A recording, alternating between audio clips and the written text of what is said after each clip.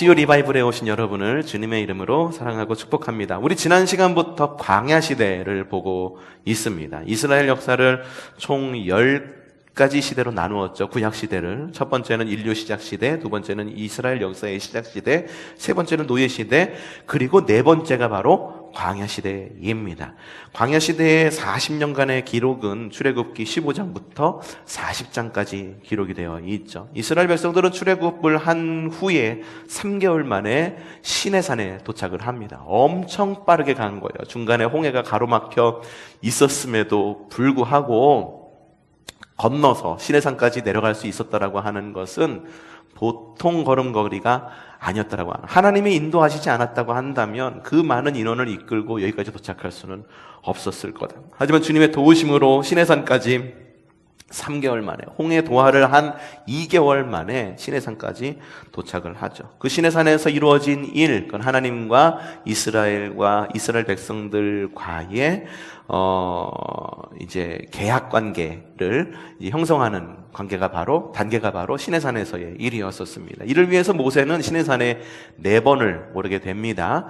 첫 번째 시내산에 올랐을 때는 이제 이스라엘 백성들에게 내가 너희들과 약속하겠다. 너희들 어떻게 하면 좋겠느냐. 그러니까 이스라엘 백성들이 하나님, 주님께서 말씀하신 모든 것을 우리가 실천하겠습니다. 라고 응답하는 그런 등반이 첫 번째 등반이었고요. 두 번째는 그곳 가운데에서 주님께서 십계명을 주십니다. 율법과 종교법을 주시죠. 그리고 내려와요. 그 다음에 세 번째로 또 올라가게 되는데 이 세 번째에 올라갔을 때는 주님께서 십계명 돌판, 십계명을 주십니다. 근데 그 시내산 아래에서는 그 아론을 중심으로 해가지고 금송아지를 만들어서 에라디야 열심히 춤추고 놀고 우상숭배를 하고 있었던 안타까운 역사가 이 세 번째 시내산을 모세가 올라갔을 때의 이야기입니다. 네 번째 시내산에서는 이 모세가 세 번째 시내산에서 받은 율법, 이 십계명을 깨트렸잖아요. 승질이 나서 와장창 깨트리면서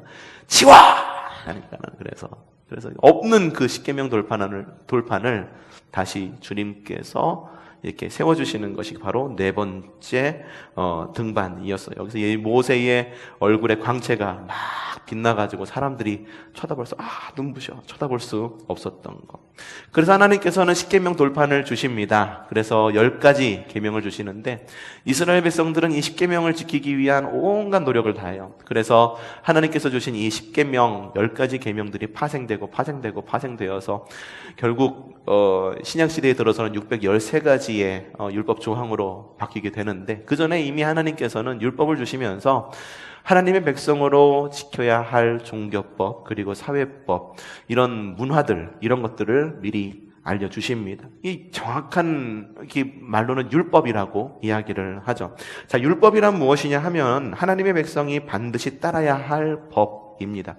율법은 우리를 구원시키지는 못합니다. 율법은 우리가 구원하기 위해서 지켜야 할 것이 아니라 우리가 구원받았기 때문에 지켜야 할 법인 거예요. 그렇기 때문에 율법은 과거에 패했고 지금은 예수님의 은혜로만 사는 시대다. 절대 그게 아닙니다.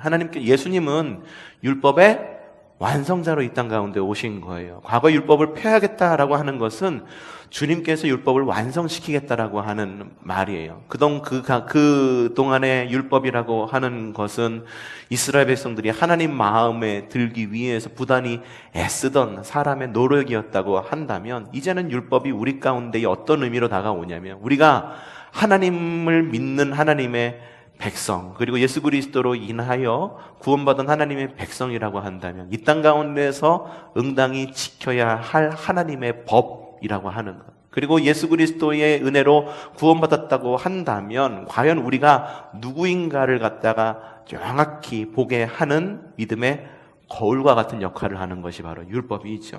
하나님 나라 백성의 매뉴얼이고 그리고 몽학선생, 교사다. 몽학선생 없어져야 될 것 아니죠. 없어질 게 아니라 알게 하는 것. 그 시기에 알게 하는 것. 신앙의 단계가 있잖아요. 시기가 있죠. 처음에 교회를 등록하면은 그 어느 시기를 지나게 되고 직분도 받고 그리고 성장을 해 가는 그런 과정 가운데에 가장 기초 단계 그것이 바로 율법이다.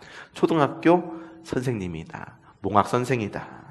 근데 율법의 핵심은 뭐냐 하면 사람들을 못 살게 굴려고, 여러분들을 쪼고 못 살게 굴기 위해서 하나님께서 주신 것이 아니라 우리를 너무 사랑하셔서 주신 것이 바로 율법이에요. 어떻게 살아야 될지 모르는 거예요. 하나님을 믿는다, 예수 그리스도로 구원받았다라고 했는데 도대체 어떻게 살아야 되는지를 알지를 못하는 거죠. 그러니까 하나님께서 이렇게만 살면 돼라고 주신 것이 율법이다. 그러니 율법은 완전히 없어지고 구약시대로 끝난 건가요? 아니에요. 완성되어서 예수 그리스도의 이름으로 완성되어서 지금의 우리에게도 효용이 있는 거죠. 율법이 효용이 있다라고 하는 것은 십계명 역시 우리에게도 효용이 있다는 것을 의미합니다.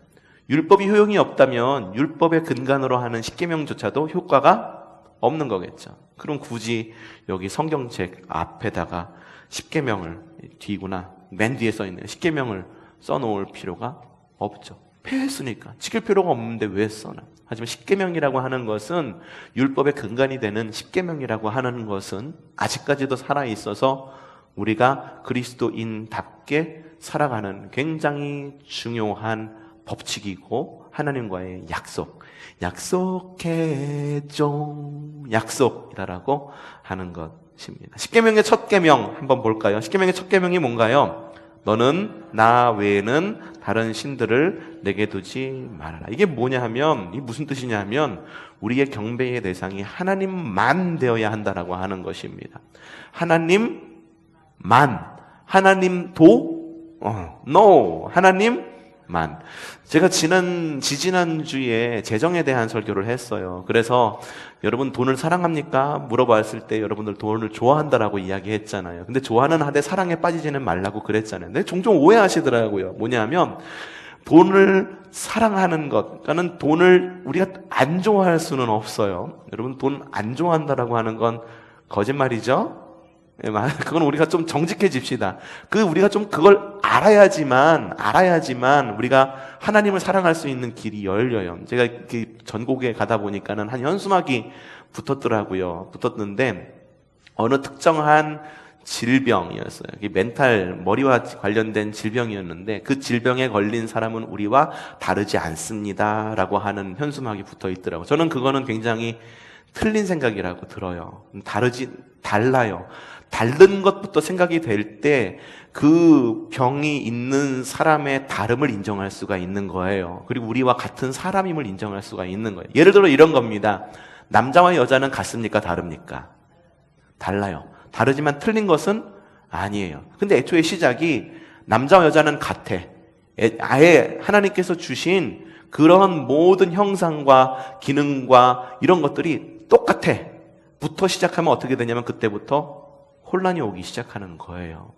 같은데 왜 남자와 여자를 다르다라고 이야기하지? 그럼 남자와 여자가 같으면 남자와 남자도 같은 거고 여자와 여자도 같은 것 아니야? 그러면은 남자와 남자도 결혼할 수 있고 여자와 여자도 결혼할 수 있는 것 아니야? 라는 생각까지 갈 수 있는 거예요. 근데 우리의 생각은 어디부터 와야 되냐 하면은 다른 것을 아는 것부터 시작이 돼야 돼요. 남자와 여자는 달라요. 다르게 창조되었어요. 그렇기 때문에 다르게 창조되었기 때문에 다른 기능이 있고 다른 어떤 그런 모습들로 살아가는 거죠. 다른 모습들로 살아가면서 그 가운데에서 조화롭게 살아가고 서로가 서로를 다름을 인정하고 똑같은 하나님의 피조물임을 인정하면서 서로가 서로를 사랑하면서 살아갈 수가 있는 거예요. 돈을 사랑한다. 재물을 사랑한다.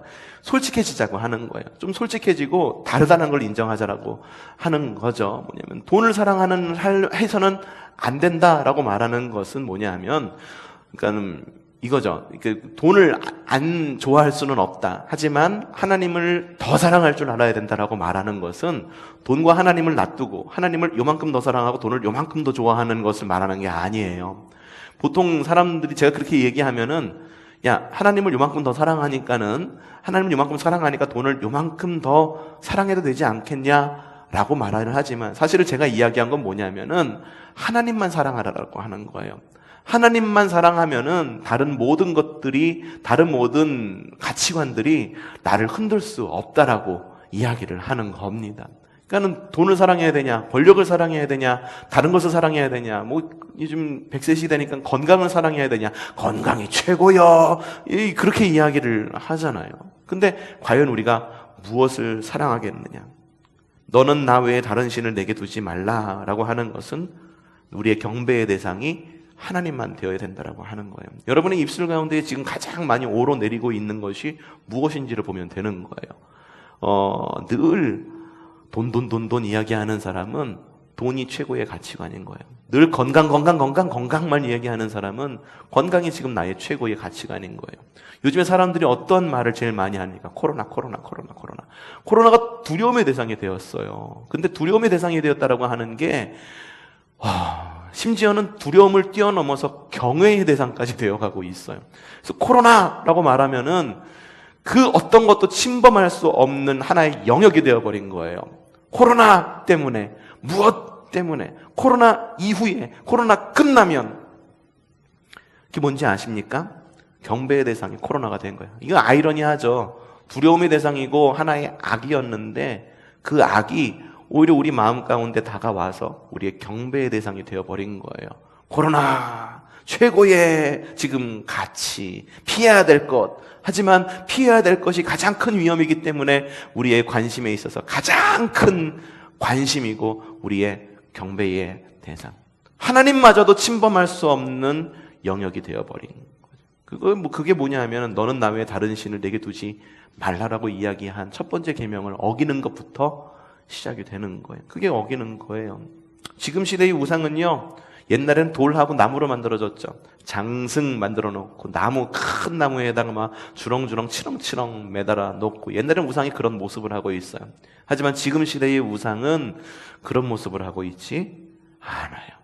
우리에게 정말 보암직하고 먹음직한 모습으로 우리에게 다가옵니다. 어제 예배 강의를 하러 갔던 그 예배 인도자 리더십이 있었어요. 그런데 그 리더십이 예배 장소를 갖다가 이제 옮길 때가 돼가지고 옮겨야 되는데 유혹이 너무 많더래요. 우선 많은 사람들이 모이려면 지하철이 있어야 되고, 그리고 버스도 잘 서야 되고, 이왕이면은 서울 아니어야 되고, 막 여러 가지 입지 조건들이 머릿속에 떠오르더래요. 그러는 가운데에 저기 용산에 있는 한 큰 교회가 이렇게 컨택을 해 왔대. 우리 교회에서 모이십시오. 가보니까는 성전을 건축한 지 얼마 되지 않아갖고 모든 것이 갖춰져 있더래요. 정말로 가가지고 몸만 들어가면 그곳 가운데에서 모든 것을 할 수 있겠더래요. 그런데 그런 마음이 들더래요. 정말 거기를 가고 싶더래요. 여기서 예배하면은 용산역도 가깝고 서울 아니고 사람들도 유동인구도 많고 젊은이들이 엄청 모일 수 있을 것 같더라는 마음이 들더라고 하는 거예요. 근데 저한테 이야기하는 게, 목사님 그런데요, 그게 저한테는 어떻게 의미가 다가왔냐면은 정말 보암직하고 먹음직스럽게 다가오더라고 하는 거예요. 그래서 내가 의지할 곳으로 여겨지더라고 하는 거예요. 그래서 하나님 이게 정말 옳은 건가요? 라고 하는 질문을 다시 해보았대요. 근데 하나님께서 말씀하신 것은 뭐냐 하면은 그곳 말고 정말로 예배가 필요한 곳으로 가고 외진 곳으로 한번 가보아라 라고 해가지고선 지금의 예배 옮길 곳을 갖다가 찾다가 지금은 저기 독산동 아세요? 가리봉동, 독산동 또 그쪽이 그 동네인데 지금 그 동네에 외국인들이 많이 와서 살아요. 그래가지고선 동네 분위기가 좀 무서워요. 그곳 가운데 예배 처소를 하나님이 주셨다라고 이야기를 하더라고요. 그래서 거기 가가지고선 지금 찬양 사역을 다시 일으키려고 다시 막 사람들을 모아가지고선 막 예배 강사를 모으고 그래가지고 사람들을 가르치고 이렇게 세우는 그런 사역을 해나가고 있더라고요. 굉장히 긍정적이고 굉장히 건강한 물음이다라고 여겨졌어요. 하나님 언제나 하나님 앞으로 나아갈 때 하나님 이것이 정말 내가 보기 좋기에, 내가 보기 좋아서 먹음직스럽고 보암직스러워서 내가 이것을 선택하는 것입니까? 아니면 이게 하나님께서 인도해 주시는 길입니까? 하나님 이것이 나에게 있어서 우상입니까? 아니면 이게 하나님께서 인도해 주시는 길입니까? 물을 수 있는 그런 가치관이 우리에게 있어야 된다라고 하는 거예요. 건강이 최고야, 아니면 돈이 최고야, 권력이 최고야. 우리 가운데 우상들이 얼마나 많은지 몰라요. 그런 우상들 잘 구분해내는 여러분들 되시기를 바랍니다. 그래서 너는 나 외에 다른 신들을 두지 않는 여러분들 되시기를 바랍니다. 하나님 위에 다른 신들, 그것이 바로 만들어진 신이에요. 리처드 도킨스가 말한 만들어진 신. 그래서 리처드 도킨스가 이야기할 때 하나님마저도 만들어진 신으로 여기는 거죠. 사람들의 원해서, 사람들이 원하기 때문에 그런 어떤 형상을 가지고 내가 원하는 것을 투영시켜서 만든 하나의 신의 형상. 그래서 리처드 도킨스는 유신론자가 아니라 무신론자잖아요. 신은 없다.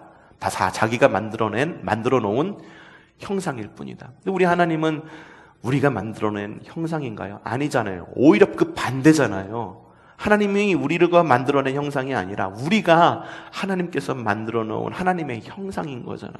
우린 보통 다르게 생각한다라고 하는 거죠. 우리가 원하는 하나님의 형상, 재물의 신.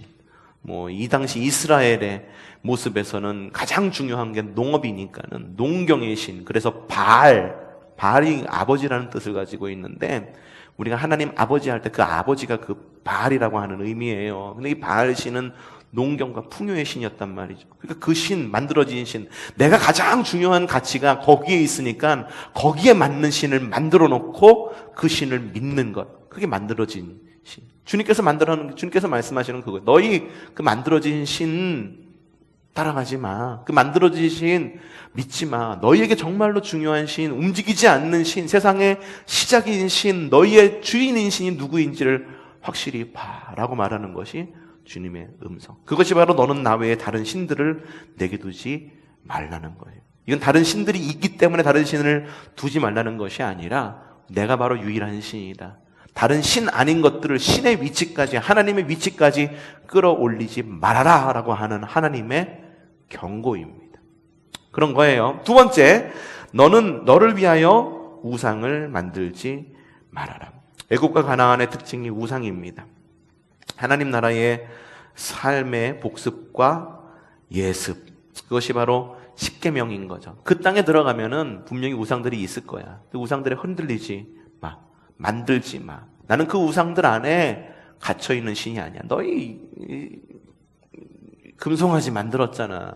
금송아지 만들었는데 금송아지 안에 갇혀질 신이라고 한다면 너희가 과연 믿을 만한 신이니? 너희가 정말 믿을 만한 신은 금송아지 안을 갇히지 않는 신, 금송아지를 뛰어넘는 신, 모든 이름 위에 있는 바로 그 이름이 바로 너희가 믿을 만한 신이다. 세 번째, 너는 너희 하나님 여호와의 이름을 망령되이 일컫지 말아라. 이건 뭐냐 하면 하나님의 이름으로 반사이익 보지 말라는 거예요. 성도는요, 미련하게 살아야 됩니다. 좀 미련하게 삽시다. 내 이익 딱 챙기려고 그렇게 하지 말고 좀 나누어주고 좀 그랬으면 좋겠어요. 이번에 제가 재정에 대한 설교를 하면서 우리 교회의 사명이 뭘까 좀 생각을 좀 많이 했어요. 그러던 가운데에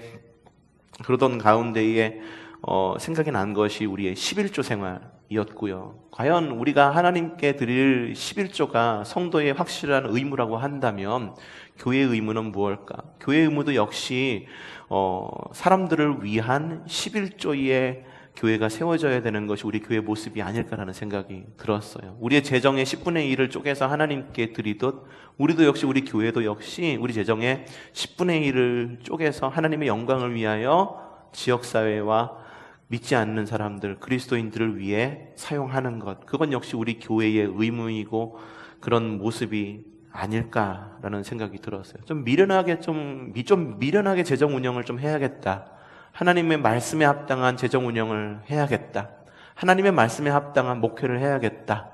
좀 그런 생각이 마음 가운데 깊숙이 들었습니다. 늘 그러잖아요, 교회에서. 11조 열심히 하십시오. 11조가 복받는 비결입니다. 라고 말하면서 사실 우리 교회가 사람들에게 해야 할 의무, 분명히 레위기에는 나와 있잖아요. 레위기에서는 3년마다 한 번씩 구분하는 그 11조는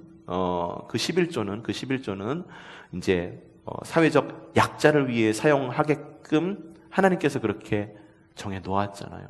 그러면은 성도들에게 복받는 비결이라고 11조를 강조하는 것 그 위에 있는 가치가 뭘까 생각해 보니까 교회 역시 하나님의 영광을 위해서 지역사회를 위해서 교회 재정의 10분의 1을 사용하는 것, 그게 우리 교회의 사명이 되어야겠구나라는 생각이 닿았어요.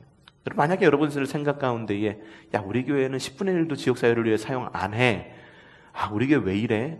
라고 생각이 든다고 한다면 돌아봐야 될 것이 있어요. 과연 여러분은 여러분의 삶의 10분의 1을 잘 쪼개어 드리는가? 그리고 또 교회도 역시 마찬가지예요. 성도들에게 10분의 1을 잘 쪼개고 있습니까? 라고 물는다면은, 그럼 우리 교회는 지역사회와 사람들을 위해서 10분의 1을 잘 쪼개는 그런 목회를 하고 있는가? 저는 우리 교회가 그런 교회가 되었으면 좋겠습니다. 자, 네 번째. 안식일을 기억하여 거룩히 지키라. 여러분, 안식일은 관계의 표징입니다. 관계의 표징이에요. 난 너 너무 사랑해. 그런데 내가 너무 바빠. 데이트는 하지 말자. 둘이 사귀는 겁니까? 만나지 않아요. 옛날에는 펜팔이라는 것도 있었죠. 하지만 펜팔을 하다가 결국은 끊기는 경우가 왜 끊깁니까? 나이가 들고 거리가 멀어지고 관심이 없어질 때 끊기게 되는 거죠. 어떤 사람들은 펜팔하다가 만나가지고 결혼하는 사람도 있어요. 이게 뭡니까? 만남이 중요한 거예요. 만나는 것. 안식일은 만나는 시간이에요. 하나님을 만나고 사람들을 만나는 시간. 또 다른 그리스도인들을 만나서 도전받고, 그리고 하나님과의 관계를 재정립하는 시간이 안식일이죠. 우리 사귀자! 라고 말했는데, 네, 사겨. 나는 누구하고 사귀고, 그래. 만나지는 않아. 나 누가 결혼했는데, 같은 집에 살진 않아. 이 결혼한 거고 사귀는 거예요? 아니잖아요. 사귄다는 건 뭡니까? 서로가 서로를 만나서, 그쵸? 스킨십도 나누고. 결혼한다는 게 뭡니까? 그쵸? 결혼한다라고 하는 것은 남자와 여자가 만나가지고, 우리 결혼했으니까 우리 이제 결혼한 사이야, 부부야, 라고 말하고선, 이제 결혼한 거는 이제 법적으로 됐으니까는, 너는 201동에 살아, 난 202동에 살게. 결혼인가요? 결혼이 아니죠. 한 집에서 부대끼는 거죠. 부대끼면서 좋은 점도 보고, 나쁜 점도 보고, 만나고 하는 것이 바로 결혼 생활이고, 그리고 그것이 바로 연애하는 생활이죠. 안식일을 거룩히 지키는 것도 역시 마찬가지입니다. 내가 그리스도인인데 내가 그리스도인인데 과연 명목상의 그리스도인인지를 돌아볼 줄 알아야 된다라고 하는 거죠. 그럼 난 하나님을 만나러 오는 거야. 하나님은 모든 것에 임재하시는 분이신데 굳이 교회 안으로 들어와야만 하나님을 만나? 나는 내 혼자 충분히 할 수 있어. 나는 내 혼자여서 신앙생활을 할 수 있어. 교만이에요. 과연 혼자 할 수 있어요? 코로나 시대 들어서면서 인터넷으로 우리 함께 예배하는 분들이 계시잖아요. 근데 인터넷으로 예배하시는 분들, 그거는 평신도이기 때문에, 평신도란 말도 별로 좋은 말이 아니에요. 성직자와 구분하기 위해서 만든 말이 평신도예요. 그렇기 때문에 평신도라는 말은 대부분 쓰지 않는 그런 말이 되어야 되긴 하지만, 그래도 쓰자고 한다면 내가 목사가 아니고 전도사가 아니기 때문에 어쩔 수 없이 그럼 어쩔 수 없이 좀 편해지고, 그래서 이 온라인 예배하는 것 어쩔 수 없지, 안일해질 수밖에 없지, 그럴까요? 절대 그러지 않아요. 사람이라고 한다면요, 그 목사이든 장로이든 권사이든 전도사이든 집사이든 상관없이 몸이 멀어지면은요, 마음도 멀어지고 안일해지는 거예요. 어느 교회에 그 부목사님이 있었는데, 그 부목사님이 이 담임 목사한테 그렇게 고백을 하더래요. 목사님, 이게 우리 코로나 시대 돌아가면서 온라인으로 예배하자고 그랬잖아요. 그런데 예배하다 보니까는 처음엔 목사님 말씀하신 대로 늘 교회에 출근하듯이 넥타이도 딱 매고 가족들 딱 모여갖고 TV에 앉아가지고선 함께 예배했었는데요. 그게 한 주 지나고 2주 지나고 3주 지나니까요, 늘 넥타이 매고선 딱 앉아있다가 어느 날은 넥타이를 풀고, 어느 날은 자켓을 벗고, 어느 날은 편하게 입고, 그러다가요, 어느 순간이 되니까는 주일 아침에 그냥 느지막이 일어서 눈곱도 못 띄고 떡진 머리로 잠옷 입고서 누워가지고 이러고 목사님 설교하는 거 듣고 있더라고요. 그렇게 이야기를 하더래요. 그러니 여러분, 지금의 시대는 굉장한 교회의 위기가 아닐 수가 없는 거예요. 만나지 못해요. 모이지 못해요. 안식일을 못 지키게 하게끔 여러 가지, 말 그대로 여러 가지 유혹들이 너무 많죠. 온라인으로 드리면 되나요? 네. 간단한 처방은 될 수 있어요. 응급처치는 될 수 있어요. 뼈가 부러졌어요. 뼈가 부러지면은, 야, 뼈 부러졌어! 어떡해! 그러면서, 야, 괜찮아! 내가 데일밴드 붙였어! 그러니까는 너 괜찮을 거야! 그런 사람 없잖아요. 뼈가 부러지면 어떻게 해야 됩니까? 부목을 내야죠. 부목을 내고 병원을 가야죠. 뼈가 부러졌는데 그냥 데일밴드 하나 붙였다라고 그래서 가만히 있는 사람. 응급처치는 될 수 있죠. 부목을 내갖고서 병원까지 갈 수 있는 응급처치는 될 수 있죠. 하지만 부목 됐으니까는 끝! 이제는 나을 거야. 괜찮아! 그렇게 말하는 사람은 아무도 없는 거죠. 병원에 가야죠. 의사를 만나야죠. 처방을 받아야죠. 그래야지만 내가 건강해지는 거고 뼈도 붙는 거죠. 안식일을 기억하여 거룩히 지키라. 안식일은 관계의 표징입니다. 그렇기 때문에 누군가가 지금 자리에서 주일날 보이지 않는다. 그럼 그 사람은 분명히 하나님과의 관계, 우리와의 관계가 분명히 어딘가에 문제가 생긴 거예요. 그럼 그거는 100%예요. 100%. 100%. 너무 명확해요. 관계에 문제가 생기면 거기부터 와요. 주일부터 안 지켜요. 안 와도 되지. 나 하나쯤 안 가도 되지. 바쁘니까. 일이 있으니까. 누구 만나야 되니까. 여행 가야 되니까. 코로나 때문에.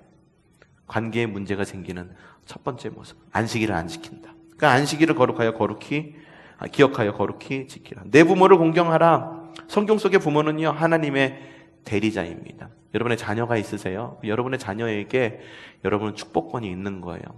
하나님의 이름으로, 예수 그리스도의 이름으로 여러분의 자녀를 마음껏 축복해 주십시오. 여러분이 다른 성도를 축복할 수 있나요? 이렇게 축복할 수는 있죠. 하지만 안수하면 안 되잖아요. 그렇죠? 안수하면 안 되고 하나님의 이름으로 목사가, 성직자가 해야 될 부분을 넘지는 못하죠. 하지만 여러분의 자녀에게는 할 수 있는 거예요. 그러니까는 끌어안고 축복을 하던, 머리에 손을 얹고 축복을 하던 여러분의 자녀에게는 여러분이 할 수 있는 축복권이 있습니다. 하나님의 대리자로서. 여러분의 자녀들에게 사랑을 많이 주고 많이 축복해 주십시오. 살인하지 말라. 이건 뭐냐면 사람을 직접 죽이는, 목숨을 끊는 살인만을 의미하는 것이 아니야. 하나님의 형상을 훼손시키는 일을 하지 말라는 의미입니다. 하나님께서는 우리를 창조하실 때에 아주 고유한 하나님의 형상을 우리에게 주셨습니다. 근데 그 형상을 자꾸 훼손시켜요. 아까도 이야기했듯이 남자와 여자를 창조했는데 자꾸만 남자와 여자를 창조했다라고 하는 것을 훼손시키죠. 남자와 여자는 같아. 그래, 같아요. 똑같이 존귀합니다. 하지만 남자의 역할과 여자의 역할은 분명히 있어요. 분명히 있어요. 이게 깨지기 시작하면은 하나님의 형상이 훼손되기 시작하는 거예요. 그렇기 때문에 우리는 참 지금의 시대에 굉장히 좀 위험한 시대에 살고 있죠. 성의 역할이 흔들리고 있어요. 이게 여성은 집에서 살림해야 되고 남성은 나가서 일해야 된다라고 하는 전통적인 어떤 그런 것을 지켜야 된다는 것을 말하는 게 아니에요.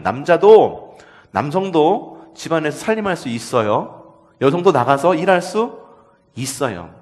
이거는 뭐든지 바뀔 수는 있어요. 하지만 여성과 남성이 다르다라고 하는 것부터 시작을 해야, 그래, 남성과 여성은 존귀하다. 그렇기 때문에 존귀하다까지 이어질 수 있는 거예요. 그게 하나님의 형상을 훼손시키지 않는 거예요. 인간관계에서도 마찬가지죠. 저 사람과 나는 다른 것이지 틀린 게 아니에요. 저 사람 틀려. 그게 아닌 거예요. 저 사람과 나는 다른 거예요. 그렇기 때문에 함께 살 수 있는 거죠. 남편과 아내하고 사는데 우리 남편, 우리 와이프 나랑은 너무 틀려서 못 살겠어가 아니라 그 사람이 나랑 다르기 때문에 나의 채워지지 않는 부분을 채울 수가 있는 거예요. 그렇기 때문에 결혼이 유효한 거예요. 지금 이혼율이 높은 게 뭡니까? 그 다름을 인정하지 못하기 때문에 이혼을 하는 거예요. 처음부터 같다라고 시작을 하기 때문에. 하지만 처음부터 다르다부터 시작을 해야 다르다부터 시작해야 같음을 인정할 수 있는 거예요. 같다라고 시작하면은 다름을 인정이 안 되는 거예요. 굉장히 편협한 생각에 빠질 수밖에 없는 거죠. 간음하지 말라.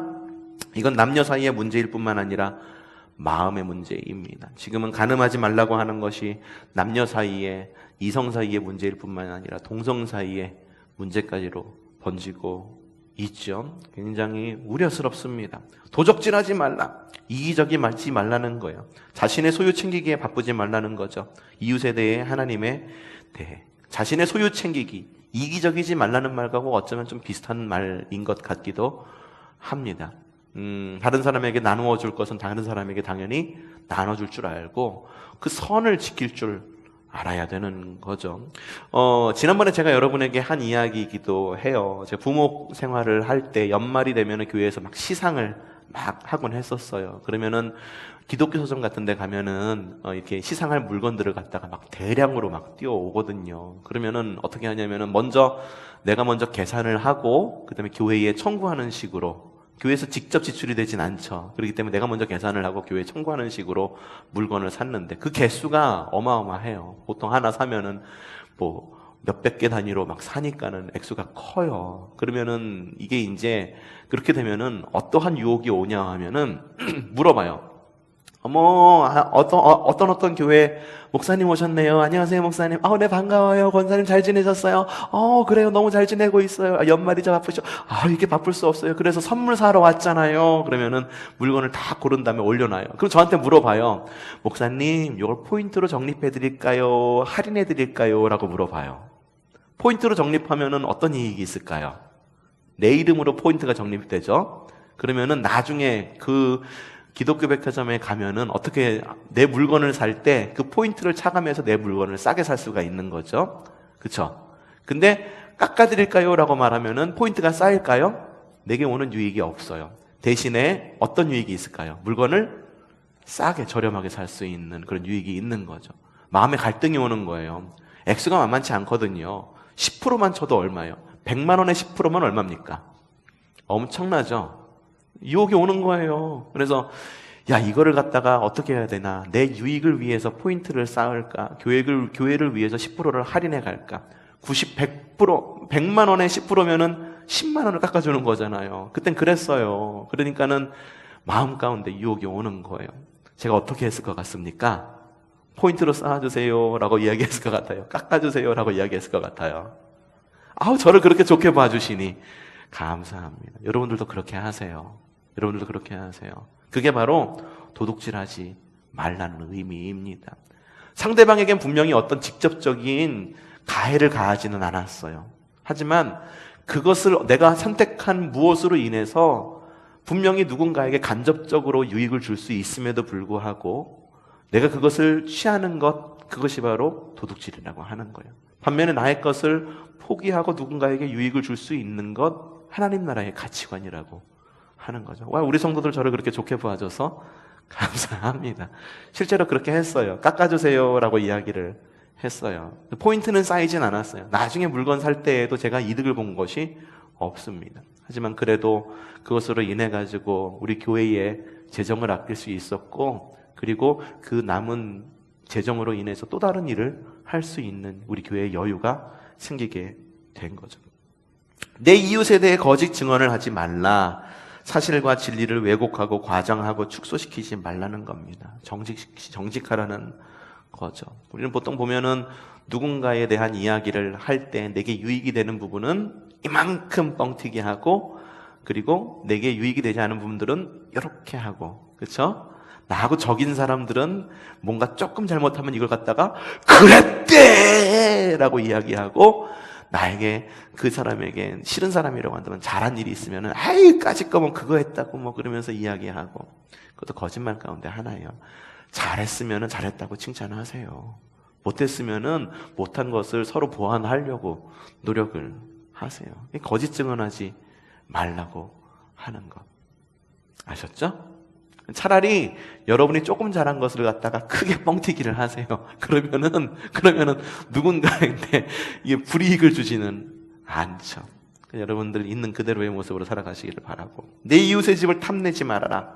탐심에 대한 경고죠. 탐심은 어디서 오는 걸까요? 상대적 박탈감에서 오는 거예요. 누구는 이만한 것 가졌는데 나는 요만한 것 가졌어. 에이, 나도 그러니까는 이만한 건 못 가져도 그래도 그거에 준하는 요만한 거는 가져야지.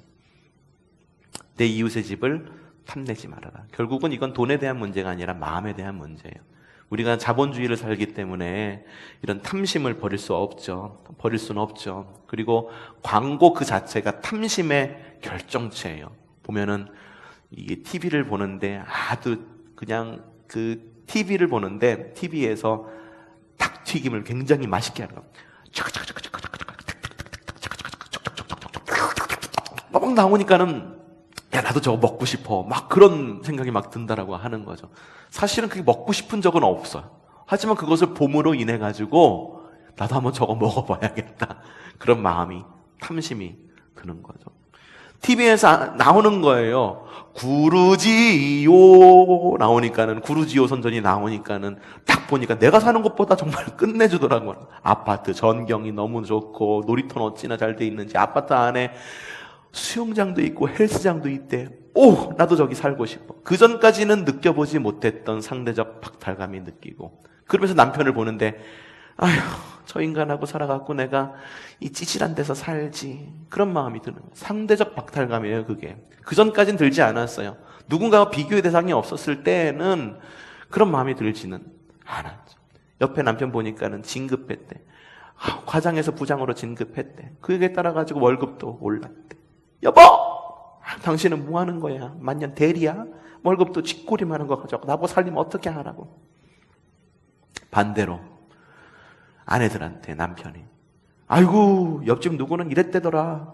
뭐 그런데 뭐 당신은 뭐 아유 내가 뭐 뭘 그냥 살지 뭘 그냥 내가 그러고 사는 거지 뭘 내 팔자에 뭘 바래.